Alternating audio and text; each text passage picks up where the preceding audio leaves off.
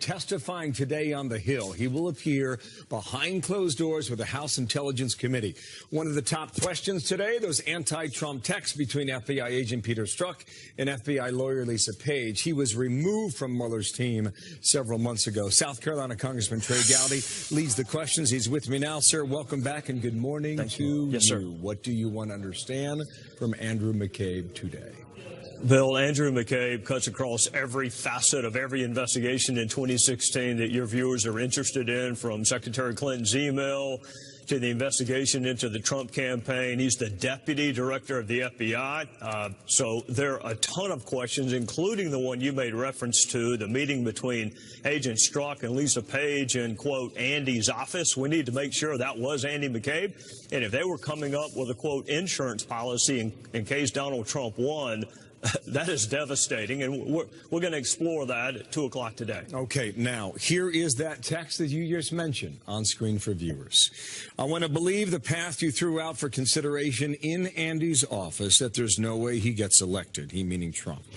But I'm afraid we can't take that risk. It's like an insurance policy in the unlikely event you die before you're 40. How do you interpret that? The same way most reasonable people do, which is we think Clinton's going to win, but we can't take a chance if she doesn't, and we need an insurance policy. And what I hope is that insurance policy was not a counterintelligence investigation into the Trump campaign. You can't read that text in isolation, though, Bill. This was a level of bias that you rarely see, frankly. When Strzok said the vote should be 100 million to 0. What he's saying is he can't think of a single one of his fellow citizens that would vote for Donald Trump. And then you add that, and Lisa Page said, well, you know, maybe you stuck around, maybe you're in this position to save the country. And his response was, I can save the country in a lot of different ways. Unprecedented bias. He's in the middle of major investigations. Thank God he's gone, but I want to know how the hell he got there in the first place. Robert Mueller thinks, well, some believe Robert Mueller has been sloppy. Do you think that's true, or is that just coming from the White House and others on the right? You know, I ran a district attorney's office. I am responsible for every hire that we made while I was there, although I didn't conduct every hire and interview while I was there. So the boss always is responsible. Do I think that Robert Mueller did the actual interviews and asked people, hey, do you have any bias? Have you donated to campaigns? No. In hindsight, should he or someone else have asked those questions? Absolutely. I am heartened by the fact that he kicked Strzok off as soon as he learned. I just wish he'd learned sooner.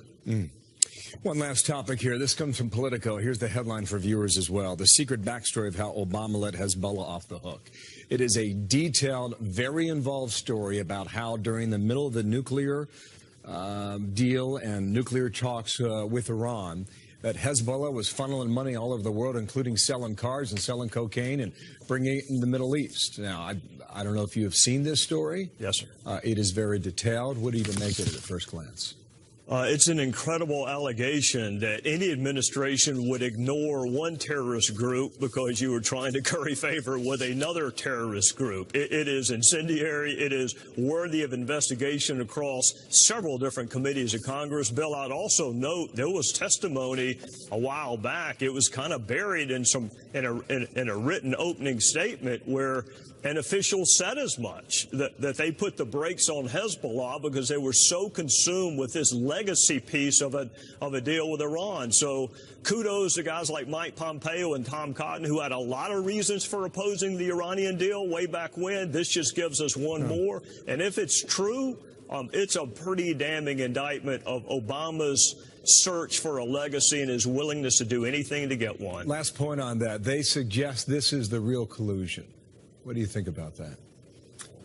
The real collusion is between... Well, what the Obama team was doing when they were in power and all the players, be it Hezbollah, be it Iran, or possibly even Russia's ambitions in the Middle East. We're gonna need to. I don't want to base it off of a political story. Congress has vast investigatory powers. We need to look into it. The allegation is incredibly serious that you would ignore a group that's killing American soldiers and wreaking havoc around the world just so you can cut a deal with a country that no one trusts. It's an incredibly serious allegation. I want to unlike some of my Democrat colleagues, Bill, I want to wait until after the investigation to draw conclusions instead of doing it on the front end. Thank you, sir, for your time. 2 o'clock here Yes, sir. today behind closed doors. Trey Gowdy, the Republican from South Carolina. Well, the House is marking up legislation today requiring sexual harassment awareness training for all House members and their employees. It comes after a wave of sexual misconduct allegations surfaced against several lawmakers, including Minnesota Senator Al Franken, who announced earlier this month that he would be resigning after multiple senators urged him to finally step down. But now, at last, 4 senators reportedly say he should not resign, but instead let the Ethics Committee do its investigation. Democratic Senator Joe Manchin is one of them. We have a process within the Congress, the Senate, and the House, which is called the ethics probe. And he's willing to. Al said, please take me through this. I'll live by whatever the outcome and recommendation. If they say I'm a predator and I should leave, I'll leave. But Al, I think everyone that listened to Al's speech on the floor, which is first time for him to speak out openly, maybe had second thoughts. Politico reporting Republican Senator James Lankford wants to see Franken go through the ethics process, and that Democratic Senator Patrick Leahy of Vermont told Franken privately he regrets urging Franken to step down. An interesting turn in all of this. Kevin? I love it. I think that, here again, the Democrats promised something. They want to have the moral high ground. And part of it was it was a trick to go after Donald Trump, because you notice they resurfaced the sexual allegations against Donald Trump because they thought that with Franken stepping down and I so wish I had a split screen of Marie and Katie right now, because Marie is sighing and Katie is laughing. Yeah. Well, but I love how you inject partisan politics into even a discussion about something we should all agree is bad. Partisan politics. No, I love how that's the first place you go. It's your knee-jerk reaction. Well, you can't just talk about the issue. I got a lot of practice because I've watched leftists over the last few decades do the same thing. Yeah, so that's exactly why. Look, the point I was making is very simple. They wanted to try to get Trump on it. They use Franken as bait, and the next thing you know, well, hey, he's not going to go away. I'm shocked that Al Franken's not going to go away. Well, I think that they're worried about that Senate seat going to a Republican, quite frankly, even though it would look really bad now that a female lieutenant governor has been appointed to replace Al Franken, for him to rescind his resignation, which, by the way, this may have been the plan from the beginning, considering when he gave that speech on the Senate floor, he didn't give an exit date. He just gave an open-ended question. But it does beg the question, well, why did Democrats come out and try to take the moral high ground on this issue if now they're saying they're going to go through this process, which, by the way, is not a good process that needs to be. But can we talk about the positive here? Perhaps it is that they're going to make this training mandatory now. Yes. Gosh. Well, and for me, and train on minority issues. For me, as LGBT. a Democrat, I actually think it's less about electoral politics. I think there's a little bit of a double standard here. You have all these congressmen who've now admitted or been accused of or made payoffs. Representative Farenthold, one in Nevada, that now say they're not going to run for re-election. Well, I think they should actually step down.